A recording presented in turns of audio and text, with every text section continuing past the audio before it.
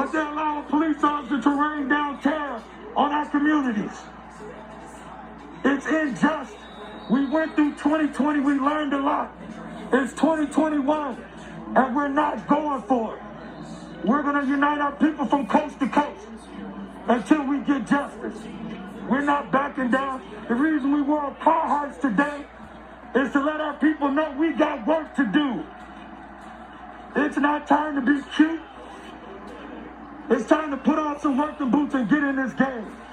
We need each and every African descendant to get up and rise up, March Americans, etc. And those that believe that Black Lives Matter, stand up around this nation. And let's let them know we're not going to tolerate this anymore. I need a lot of noise. I need you to get in people's face. Martin Luther King went to jail. John Lewis went to jail for it. Don't be scared to go to jail. Unbelievable. No charges filed. We built this nation, yet we don't reap the benefits of the liberties that this nation has to offer. Man 7 times. It's outrageous, it's unconscionable, and it ends in 2021.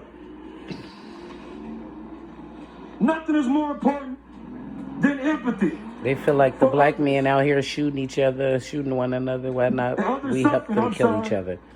Kill every, you know, come on now. Not wealth, not intelligence, and not status. We have to feel for others and what they're going through, so as we suffer through this battle that we're going through, when we get to the other side, we'll still have our dignity.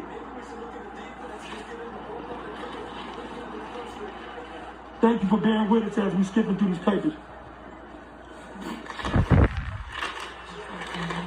We'll take questions after she speaks in this program. We just wanted to mention, as we said, that George Floyd, Anita, the Cole family and others, and a couple of names, I'm sorry, we want to mention Anderson family, Gonzalez, and the Smith family from Milwaukee, who also have experienced the tragedy in which we speak about. This is a slap in the face by Wisconsin government and the DA, and etc. That it's happening, what has happened has perpetuated systemic racism. The putting off until wintertime, the 90 days that vanished in front of our face that has us here in the winter in the first place. Where was justice then? We'll be talking to, and in regards to systemic racism, we would be remiss if we didn't point out that 2 weeks ago this city knew that there were groups coming to this town. I'm not going to mention their names because I don't want to give them any credit. But there were militias and other people coming to this town today. 2 weeks ago I'm on the news. And they're elected to tell you and the whole world about the case of Jacob Blake in front of racist militias. So I'm going to let you know it's 2021 and it's okay to say the truth. And the truth of the matter is, it sounds like they're collaborating. You know, if you don't never, my coach used to say, don't be scared to tell the truth. It sounds like some type of collaboration, and it sounds like with them sharing a story out of Kenosha, that African descendants don't matter. These are the laws that they're going to enforce, which will virtually put a jail around each and every African American house. Because now you can't go to school, you can't go to work in safety, because your police officers that run around your town can make up a most preposterous story. Yet your loved one can be paralyzed after being shot 7 times. We want to talk about justice today, and we want to talk about the right thing. It's 2021, and we as Americans and the citizens of Kenosha and the world as a whole must get this right, not just for little Jake, but for all the little Jakes this will impact. I'll take any questions before we pass it on to our lawyer. Yes, I thought you said it's 20 votes. Yesterday it sounded like you sort of prepared yourself for today's decision. What's your reaction? I'm sorry I didn't catch that because I was off tone with my people. I'm going to slide to the side and let our legal people, and then we'll take questions on it. Yeah, we'll take questions. My name is Charlie DeMar. Thank you, Chuck. Thank you. Right. Please reintroduce yourself. Good afternoon, members of the media. city and residents of Kenosha and of Wisconsin. I'm attorney Biari Lamar, representing the Jacob Blake family, along with my co-counsels who are now here with me today, renowned attorney Ben Crump, and also Patrick Selvey, too. Today, the news that we have heard from the Kenosha the Kenosha District Attorney's Office is very disturbing. We are immensely disappointed with that decision. We believe that there was more than sufficient evidence to find probable cause to charge Officer Shesky. We believe that there were certain standard operating procedures that Officer Shesky should have followed that were not followed. There was no de-escalation.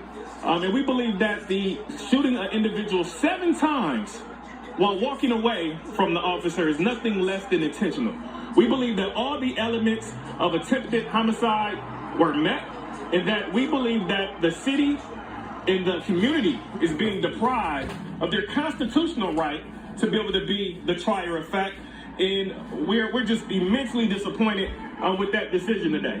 We believe that the district attorney's office somehow believes that as we roll into 2021, that all of a sudden the country is legally blind or something. We think that the 20-second video is very clear. We don't need a 2-hour explanation for what our eyes can see. So we're immensely disappointed with that. It takes 20 seconds to watch that video to find probable cause, and it took them over 4 months to find a reason to ignore it. We're not happy. We will exercise every remedy that is available. We think that it is very discouraging for all the protesters and all the individuals who gathered peacefully to urge change. And it just shows that we have a lot of work to do. We won't stop, and it doesn't stop here. And I think in 2021, it shows one very important thing, and that is that there's three justice systems in America.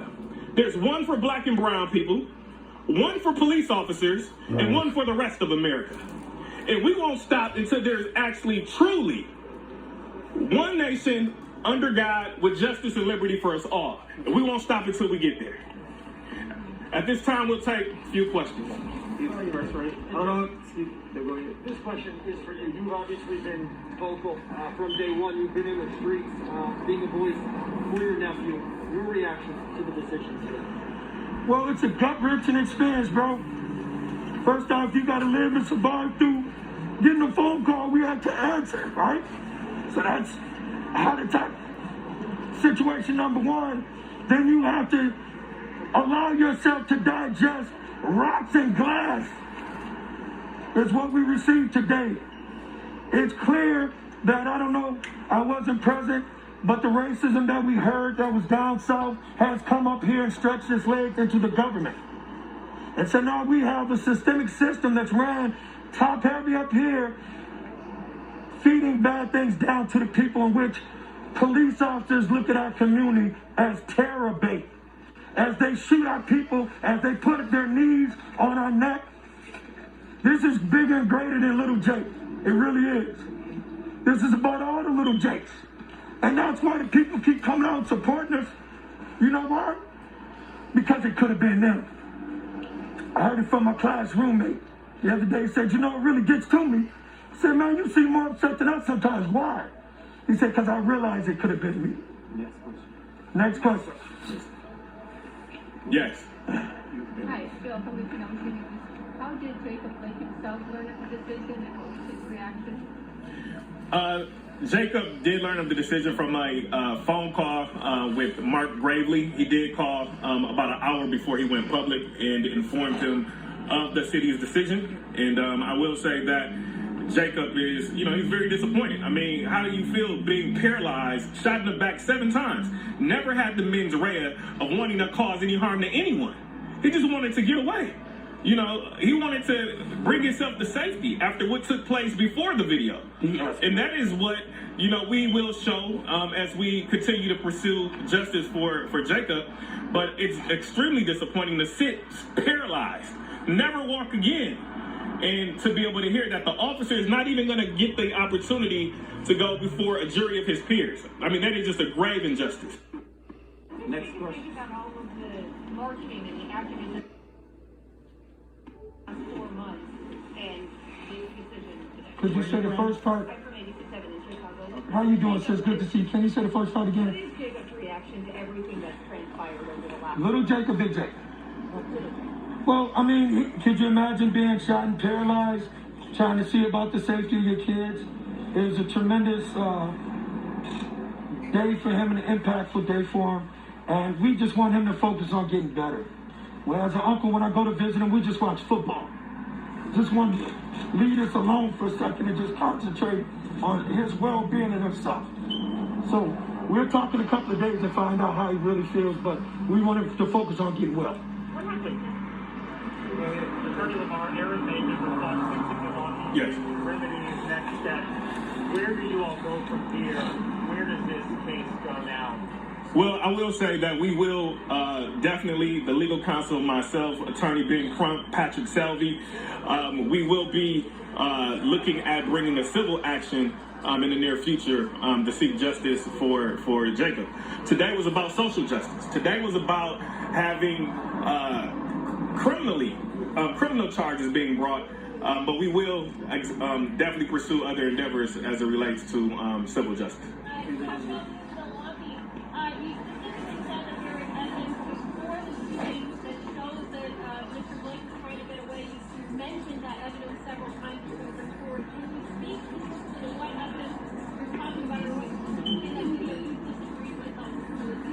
Well, what we're saying is that there was an altercation that the officers had prior to the video starting.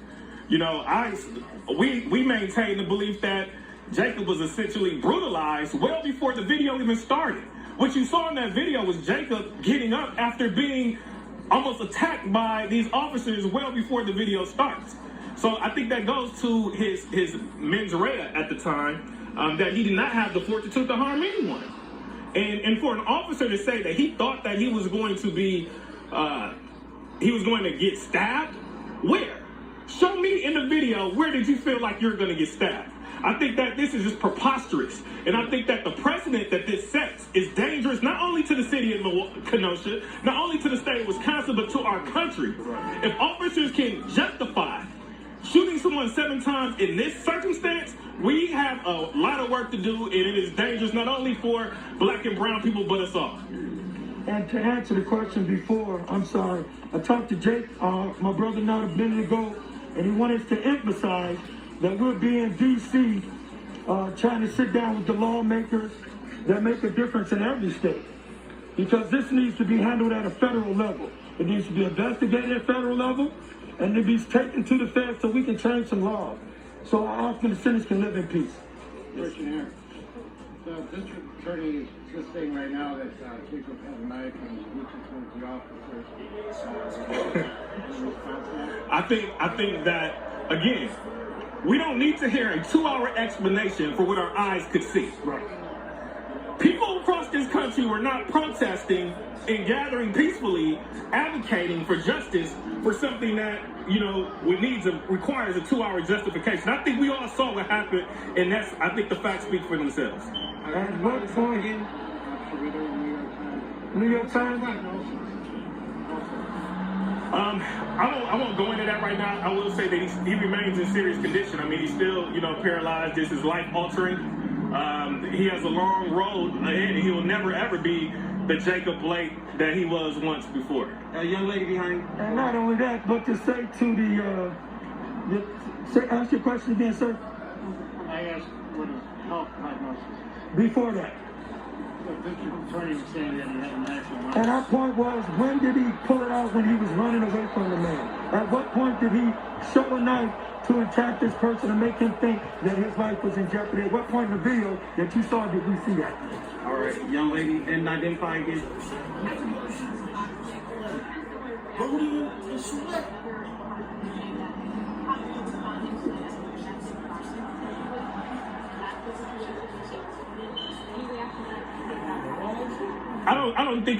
I don't think that the allegations of a domestic situation even require a response. What is proven is that obviously what charges have been brought. None. He hasn't had any domestic charges that occurred on that date. So, again, this is another attempt that we see not only in Kenosha, but across the country, is trying to justify the unjustifiable, as Attorney Ben Crump often says. Correct. This is just another instance of that. Correct. You know, they say, oh, if he would have just complied with the officer's orders, he wouldn't have been shot. That's preposterous to think that. Come on. Not following a law is called obstruction in the state of Wisconsin. That is not, it's a misdemeanor. It's 9 months in jail at the max, and a fine up to $10,000. You don't get shot 7 times in the back for not following the order. So this logic that we have is dangerous, and we're here to address it today. Milwaukee Public Radio, on the civil action, are you thinking civil rights violation? This would cause riots and shit. We will talk further about any civil remedies that we will seek later. Obviously, with my co-counsel Ben Crump and Patrick Selvey, we will say that we've definitely investigated and it's in the works. There's I many think that there's no intelligent question that black there was a civil rights African American violation that happened people back in the August world. of They 2020. still don't treat you equally. Any other questions? We'll take a couple more before we go.